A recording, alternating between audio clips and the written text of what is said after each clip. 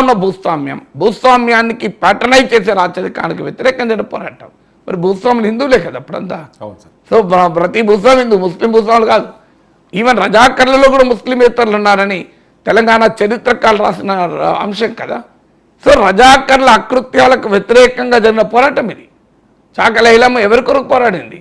ఏ మతపరమైన పోరాటమా చాకలైలమ్మ? చాకలైలమ్మకు మద్దతుగా వచ్చింది ఎవరు? భీమిరెడ్డి నరసింహారెడ్డి, వీళ్ళే కదా చాకలైలమ్మ మద్దతుగా నిజాం సైన్యాలతో పోరాడటానికి ముందుకొచ్చింది. ఇది కదా హిస్టరీ. ఈ హిస్టరీని మర్చిపోయి మీరు చాకలైలమ్మ చరిత్ర చదవండి. సో వీళ్ళందరినీ ప్రస్తుత నాయకులు కోఆప్ట్ చేసుకొని తమ తమ రాజకీయ దృక్పథాలతో పెట్టడం కరెక్ట్ కాదు. ఇక ఇది నిజమైన విమోచన అయితే పోనీ హిందూ ముస్లిం పక్కకు పడదాం. నిజాం నుంచి విముక్తి పొందడానికి విమోచన జరిగి ఉంటే, పోలీస్ యాక్షన్ జరిగి ఉంటే, ఎందుకంటే సర్దార్ పటేల్ నాయకత్వంలో పోలీస్ యాక్షన్ జరిపి నిజాం నుంచి విముక్తి కలిగించారు, విమోచన కలిగించారని బీజేపీ వాదన. సర్దార్ పటేల్ నాయకత్వంలో పోలీస్ యాక్షన్ జరిగింది. ఎప్పుడు జరిగింది?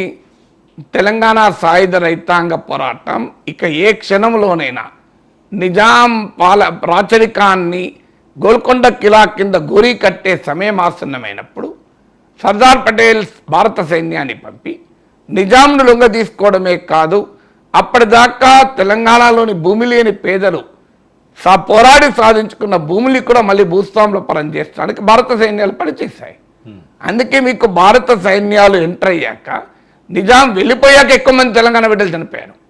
నిజాంకు వ్యతిరేకంగా జరిగిన పోరాటంలో చనిపోయిన వారి సంఖ్య కన్నా భారత సైన్యాలతో పోరాడి చనిపోయిన వారు ఎక్కువ. భారత సైన్యాలపైన ఎందుకు పోరాడారు తెలంగాణ బిడ్డలు?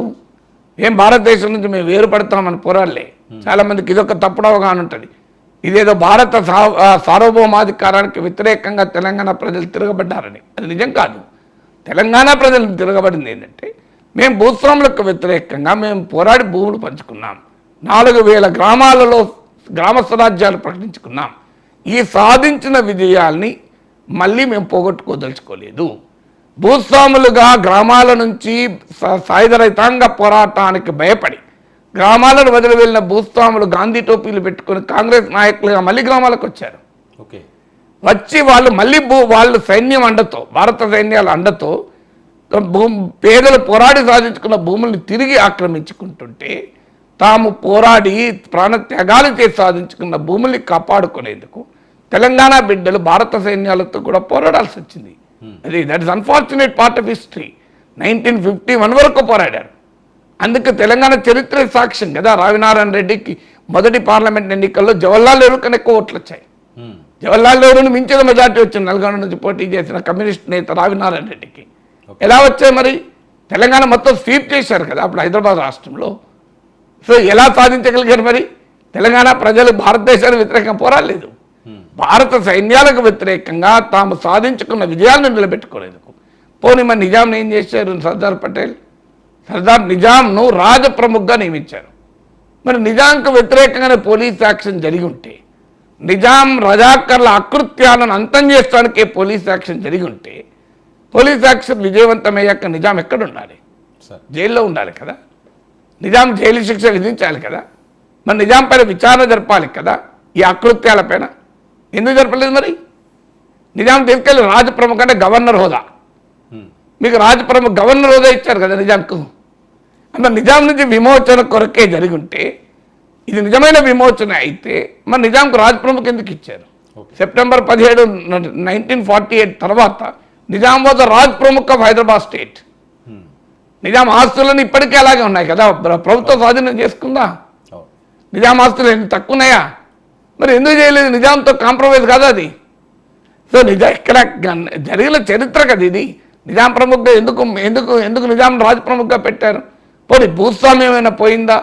పోనీ ఇది విమోచన అని అనుకోవాలంటే రాచరికం పోయినా రాజు మళ్ళీ రాజు ప్రముఖ రూపంలో ఉన్నాడు, మళ్ళీ భూస్వామ్యం పోలేదు. మరి విమోచన ఎట్లవుతుంది?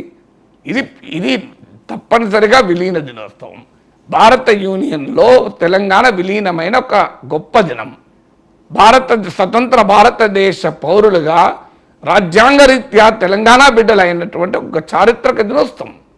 దీనికి విమోచన అని పేరు పెట్టి దీనికి ఒక రాజకీయ భాష్యాన్ని ఇచ్చి దానికి మళ్ళీ అది ఎక్కడ ముస్లిం ఓట్లు పోతాయని పాలక పార్టీలు దీనికి భయపడి వ్యవహారాన్ని జరపడం కదా. ముస్లిం ప్రజలకు నిజానికి ఏం సంబంధం?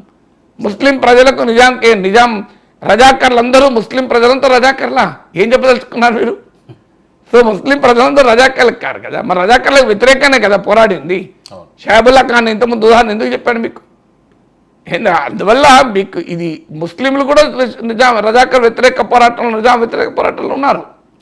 అందువల్ల దీనికి ఒక రిలీజియస్ క్యారెక్టర్లో దీని భాష్యం చెప్పేటువంటి ఒక ప్రయత్నం భారతీయ జనతా పార్టీ చేస్తే లౌకిక పార్టీలుగా చెప్పబడే రాజకీయ పార్టీలు పాలక పార్టీలు కూడా ఆ భాష్యానికి భయపడి దీనికి ఈ చారిత్రక దినోత్సవాన్ని తెలంగాణ ప్రజలు లేకుండా చేసి దీన్ని రకరకాల పేర్లు మార్చి జరపడం. ప్రజాపాలన దినోత్సవం జరపడాన్ని తప్పని నేను అంటలేదు, జరపచ్చు, అభ్యంతరం ఏం లేదు.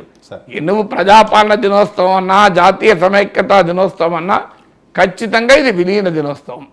ఆ విలీన దినోత్సవం అనదలుచుకోక రకరకాల పేర్లు పెడుతున్నారు. ఏ పేరైనా పెట్టండి, అల్టిమేట్గా భారతదేశంలో భాగమైన హిస్టారిక్ డేకు ఏ రూపంలో పేరు పెట్టి ఏ రూపంలో జరుపుకున్నా మంచిదే కదా. సార్ మోడీ ప్రభుత్వం కులగణన అనే అంశం మీద వివిధ అభిప్రాయాలు వ్యక్తం అవుతున్నది. కాంగ్రెస్ అవనండి లేదా వేరే పార్టీలు అవనండి. అయితే జనాభా లెక్కల్లో క్యాస్ట్ సేకరింపు అనే అంశం మీదే ప్రధానంగా దృష్టి పెడుతున్నారా? మరొక వైపు బీసీ కులగణన చేయకపోతే